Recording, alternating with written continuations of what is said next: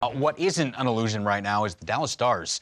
Off the ice, all kinds of issues. On the ice, they're one of those teams in the playoff position right now. And Barry, you were telling us earlier that maybe it needs to get a little bit worse before it can get better. This team is crazy. Like I know all the guys in the Detroit situation and the Dallas players, of course. Jimmy Lights was in Detroit when I was there. Jimmy Neal I played with in Detroit. Obviously, the coaching staff of the Dallas Stars right now. But they got so much going on. You've got Jimmy Lights blasting everybody, and then everyone comes out and says what you want to hear from the players. The players come out and say, yeah, we got to be better, we got to be better.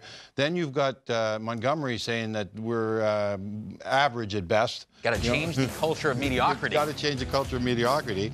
So that's quite a slap in the face, too. So the players said, we agree, we got to be a lot better than we are right now. And then the other night, Radulov and Montgomery get into it on the bench, and Radulov gets benched in a game that they need to win, and he's one of the best offensive players.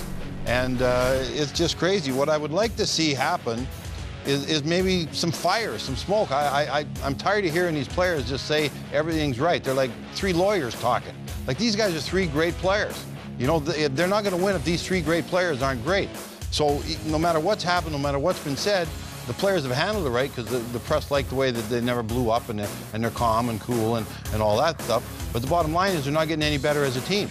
They're in the playoffs, they're in the wild card, but that team is way too good to be a wild card team. That team should be fighting for the top 3 spots. There's no doubt about it, with the players they can put out and with the young defensemen they got and with the young talent they got up front. So I would like to see a little bit more fire belching from the bellies of those 3 players. I'd like to see them come out and say, we're going to show those guys. Those guys are yapping in the crowd. You know, you have to be respectful of them, but you don't just have to sound like a lawyer every night. Get mad, get angry, let people know you care, and go out and win 7 in a row. Go 7-3, and then go 6-4-1, something like that. Get some fire in that belly of that team you got right there, and show everyone how good it can be. Could there be conversations going on behind the scenes that we don't know about, that, hey, this is just what they're telling the media, this is the public image, but yet maybe Jim Lights comes out and says that, and the guys have a different kind of approach if they have a meeting with the president or they have a meeting with their coach, and they do tell it how it is? Do you think that could be going on behind the scenes, or we're just seeing the kind of the robotic cliche type answers? I think it's more the robotic cliche answers. That's just my take, and I think at the end of the day, too,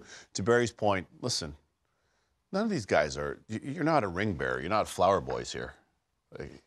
You got to have jam. That's why you're in the National League. That's why you're there. That's exactly what you're saying. There's fire, there's passion, there's consistency, there's intensity, as you said, albeit with respect. But they've got those traits, and you've got to be who you really are. You've got to come out and play, because it all goes into it. You know they have the skill to make the pass, to make the play. But the fire that these guys have, they've almost had to throw water on their own fire. Yeah. And basically just out the fire for the purpose of optics is exactly what you were saying. Like Glenn Sather challenged the Edmonton Oilers. Glenn Sather challenged Mark Messier, to be better.